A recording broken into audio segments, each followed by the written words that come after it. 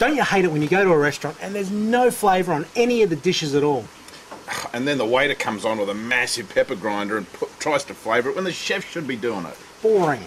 We're going to show you how to do a really simple beef dish today using Australian beef, warrigal greens and risotto. So I've put a bit of oil on this Australian beef. Let's not muck around. It's Let's rump. get it on and go from there. So what flavour are we doing? Wildfire spice? Today we're doing wildfire spice. So this is what I call pizza in a bottle. And well, what do you think about putting the flavour on early or marinating or using it as a dry rub?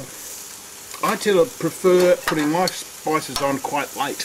Late, but wildfire spice is really good. It does burn a little bit. So I like to put a little bit on now and just before I serve it, a little bit more. Okay, okay. Okay? What else are we doing? Warrigal greens. Do you want to grab them? Let's put them straight in. The warrigal greens are our... you can use English spinach if you can't get warrigal greens, but this is now being found all over the world, in Paris and Indonesia. And we're going to straight in. Blanch it first. It's got some boiling water there, slightly salted, and they sit in there for about 3 to 4 minutes, and we'll take it out, saute them in the pan, and finish the dish. I never salt the water before, not for greens. I can understand it for pasta, but not for greens. You're going to... Just a little bit of salt. And what are we going to finish this off with? How about some, what do we got here? Paperbuck smoke oil? Yep. So let's get that into a pan while this is going. On the steak, let's turn around, give a bit of colour. So we'll just turn it around 180 degrees, and that's what's called trellising, and that's what those beautiful grill marks are in the middle. Hatch pattern? I thought that was painted onto the brush. No, mate. Oh, okay. So now the warrigal greens are nearly done. The steak's looking great. So they do need to boil, and the reason is that the warrigal greens have a natural soapy compound, or what they call a saponin. And if you eat it raw, it'll attack the back of your throat. The other reason for boiling it is to get rid of calcium oxalate crystals. Dissolve in the hot water, ready to go. So is that the same as English spinach? Well, you can use it instead of English spinach, but it's like the spinach stalks. Okay. They've got So do we have to do this if we do English spinach? English spinach, you can just wilt it in the pan if you want. Now, how long is this going to take? Well, I like my meat medium rare, so 4 minutes, 5 minutes. Okay. But if you want your steaks more well done, 10 to 12. And more spice? A little bit more spice now. Always like that, a little bit more spice. Okay. The warrigal greens are done now, so we'll just strain all the water off them. And let's get the pan ready. So a little bit of macadamia nut oil. Oh, there you go, mate. While I'm doing the, get the plate. What are we doing for our carbohydrate?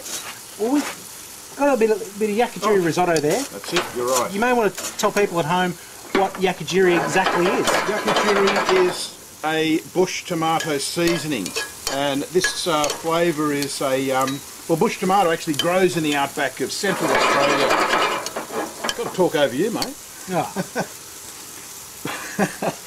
Lovely when you start rattling the pans, eh? Rattling the pans in the kitchen. Anyway, this yakigiri, we've already put the flavour into the rice. This is just a standard risotto, and what, we can shape it up a little bit just to make it look half reasonable. So risotto rice. It's a short grain arborio rice, and it's boiled. It started off by sautéing with a little bit of butter in the pan, white wine, and then gradually adding cold stock. We've used a chicken stock here today. And as the rice cooks, it absorbs all the lovely stock. Yep. And you continue adding stock to you, but nice. Don't mention the hair. You've got nice risotto rice in the consistency that's quite thick. So we'll just finish the steak off now. A little bit of lemon myrtle into the pan would go wonderful. We haven't added any oil to that either no yet, oil. have we? So lemon myrtle is another flavour from the rainforest. One of my really favourite flavours.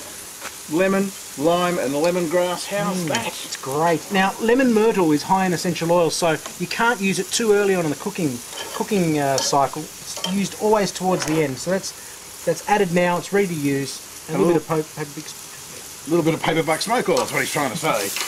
There you go. Only needs to drizzle. That through. And again, you don't overcook it because the flavour will cook out. The steak is done. Quick, mate. That's quick. No mucking around. Now, it is important how you cut the steak, and always you want to be cutting it across the grain. So even on the plate when you're actually trimming your steak ready to eat, to get a piece on your fork, cut it across the grain, you'll find the shorter fibres will be easier to chew. So mate, what do we got? Oh. That, and we're just going to finish it off with a little bit of mountain pepper barbecue sauce. Okay. Just around the edge of the plate. So pepper sauce, this is flavoured with a herb from Tasmania, simple as that. Mountain pepper, barbecue sauce on an Australian beef steak, warrigal greens with paperbark smoke oil, a little bit of lemon myrtle, and full of flavour and no pepper or salt in it. Hey, there's not been a pepper grinder anywhere near it.